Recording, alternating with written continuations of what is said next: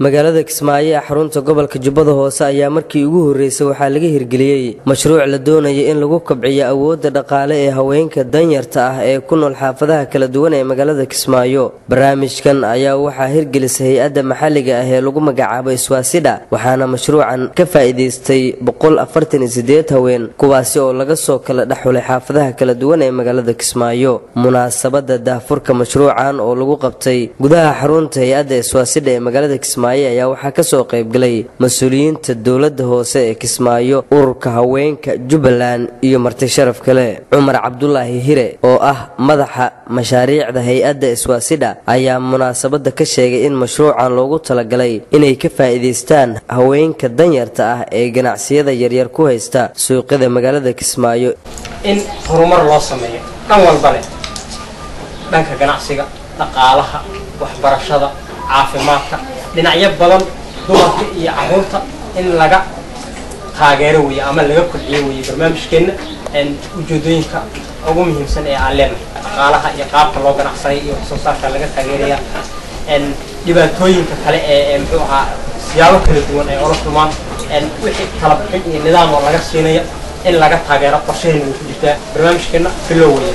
Waa markii uu horeeyay wax qabana bilow weeye runtii waa wax iska yar laakiin waa wax bilow ah in la kordhiyo oo hore u socdana waan ku rajaynahay in laga faa'iideysan aad baan wajin wax walba waxa la ogaadaa waxtarkooda iyo natiijadooda markay ummada dhex galaan dadka feedback ay ka soo bixiyaan ama wixii ka soo baxaa lagu ogaadaa wanaagga iyo muxuu ahaa waxtarka uu sheegan leeyahay. Gudoomiyaha ururka haweenka Jubbaland Batraan Maxamed Cabdulle iyo gudoomiye ku-xigeenka maamulka degmada Kismaayo Mudane Cabdi Barre ayaa madasha ka sheegay in loo baahan yahay in barnaamijyada noocan oo kale ah hore loo sii wado, iyagoona dhanka kale mahadcelin u jeediyay hay'adda Iswaasida oo barnaamijkan u qabatay haweenka tiradooda ay gaarayso 148 haween. qofka bilaadanka ah wixii loo dhiibay hadduu wax ka soo saarto wixii wax ka fiican buu helayaa. dad baa hadda qaar waxay leeyihiin anagu lacag baan rabnay, qofkaas lacagta raadinaya wuxuu one time wax qof one time raadinaya weeye. balse qofkii markii la yiri wax alla waxaad gaddo bedelkeedii baa lagu gadayaa lagu siinayaa. adiguna $20 la idin qarin $20 baa la idin ku leeyahay. riba ma aha, waa xalaal. wakalka aan ka codsanaynaa sida hay'addan oo kale inay haweenka loo caawiyo oo dhaqaalada kor loogu qaado oo haweenka la iska codsanaynaa insha Allah. وسلامتي هاوي halkan waxa isku keenay ururka haween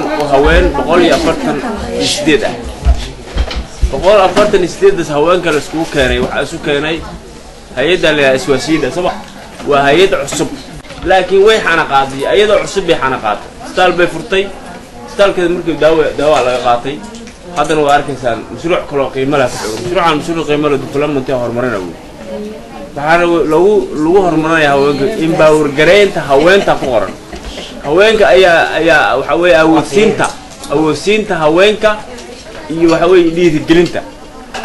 marka haddaad jirteen haweenku wax sahlan ma aha markii Soomaaliya loo eego 24 sano cid kasta way ogtahay, laakiin ayaga dadaalay oo wax qabtay oo samray dul qaatay yani wax maxay ahayd dhiirigeliyo ama tayeeyo ama wax siiyo ama caawiyo wali waa hadda bilaamaysa. fursad baa ku timid yar laakiin fursad fiican daba socota. waxa la soo xuray in fursad yar la siiyo. fursadaas yarta haddaad ka faa'iideystaan waxaad baranaysaan sidii loogu talagalay aad uga soo baxdaan habka loo noolaado baran doontaan, habka loo noolaado oo loo ganacsado oo waxaada la isku beeqaamiyo oo inta deyn qaaday adduunku deymo la kala qaatay ayuu adduunku hormaray. inta qaad waxa iska soo yareysid waxa weey deymo badan oo lacag badan aad ku gaari doontaan. marka fursaddan la siiyay haweenkow ama kuwa degmada Kismaayo ha ahaadeen ama kuwa gobolka ha ahaadeen ama kuwa Jubbaland ha ahaadeen ama kuwa Soomaaliya ha ahaadeen waa fursad cusub oo hadda idin bilaabatay.